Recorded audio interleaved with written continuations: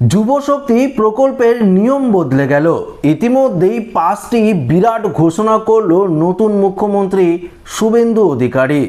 এই কার্ড যদি আপনারা না বানান তাহলে কেউ আপনারা এই যুবশক্তি প্রকল্পের 3000 টাকা ব্যাংক অ্যাকাউন্টে পাবেন না। ইতিমধ্যেই শুভেন্দু অধিকারীর তরফ থেকে কি ঘোষণা করা হয়েছে আজকের এই ভিডিওতে একদম বিস্তারিতভাবে আপনাদেরকে জানিয়ে দেব।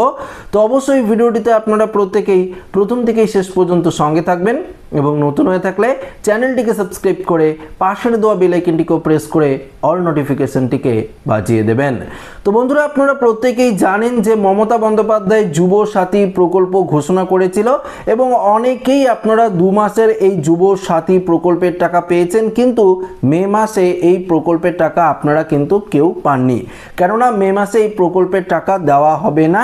এই যুব সাথী প্রকল্পের পরিবর্তে বিজেপি সরকারের তরফ থেকে যুব শক্তি প্রকল্প ঘোষণা করা হয়েছে। এই যুব শক্তি প্রকল্পে এবার বেকার যুবক যুবতীদের 3000 টাকা করে দেওয়া হবে, এটাই তো আপনারা জানেন।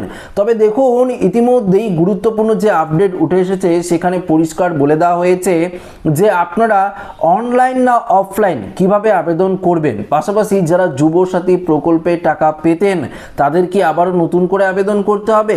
পাশাপাশি 5টি কি গুরুত্বপূর্ণ ঘোষণা করলো শুভেন্দু অধিকারী, এগুলো নিয়ে আজকের এই ভিডিওতে আপনাদেরকে জানাবো একদম বিস্তারিতভাবে।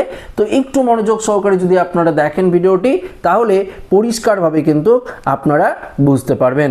দেখুন, প্রথমত বলেছে নির্বাচনের আগেই দেওয়া প্রতিশ্রুতি অনুযায়ী বাংলার যুবক যুবতীদের জন্য বড় পদক্ষেপ অর্থাৎ বড় সড় পদক্ষেপ নিতে চলেছে নবগঠিত রাজ্য সরকার। মমতা বন্দ্যোপাধ্যায় সরকার যুবসাথী প্রকল্পের বদলে এবার চালু হচ্ছে যুব শক্তি ভরসা কার্ড। এই প্রকল্পের আওতায় মাসিক ভাতার পরিমাণ 1500 টাকা থেকে বাড়িয়ে সরাসরি 3000 টাকা অর্থাৎ 3000 টাকা কিন্তু করে দেওয়া হয়েছে। তবে কবে থেকে অ্যাকাউন্টে এই প্রকল্পের টাকা ঢুকবে এই নিয়ে তো আপনাদের মনে অনেকেই প্রশ্ন রয়েছে যে কবে থেকে এই প্রকল্পের টাকা আপনারা পাবেন। দেখুন, নবান্নের সূত্রে খবর, মে মাসে সরকার গঠন প্রক্রিয়া চলায় এই মাসে নতুন কোনো আর্থিক লেনদেন শুরু হচ্ছে না। তবে আগামী জুন মাস থেকে এই যোগ্য উপভোক্তাদের ব্যাংক অ্যাকাউন্টে 3000 টাকা করে বেকার ভাতা কিন্তু পাঠানো শুরু হবে। বিশেষ করে যারা আগে যুবসাথী প্রকল্পের টাকা পেতেন তাদের জন্য এই ঘোষণা অত্যন্ত তাৎপর্যপূর্ণ বলে মনে করা হচ্ছে। কারা পাবেন এই সুবিধা? বিজেপি নির্বাচনী প্রতিশ্রুতি অনুযায়ী রাজ্যের চাকরিহারা ও বেকার যুবক যুবতীরা যতদিন না পর্যন্ত স্থায়ী কর্মসংস্থান পাচ্ছে ততদিন এই যুব শক্তি ভরসা কার্ডের মাধ্যমে আর্থিক সহায়তা কিন্তু পেতেই থাকবেন। 21 থেকে 40 বছর বয়সীরা যুব সাথী প্রকল্পের সুবিধা পেতেন। তবে নতুন সরকার এই প্রকল্পের বয়সীমা বা অন্য কোনো যোগ্যতার মাপকাঠি নিয়ে এখনো পর্যন্ত কোনো রকম ঘোষণা করেনি। তবে আপনারা নিশ্চিন্ত থাকুন, যারা যুবসাথী প্রকল্পের টাকা পেতেন প্রত্যেকেই আপনারা এই যুব শক্তি প্রকল্পে 3000 টাকা পাবেন।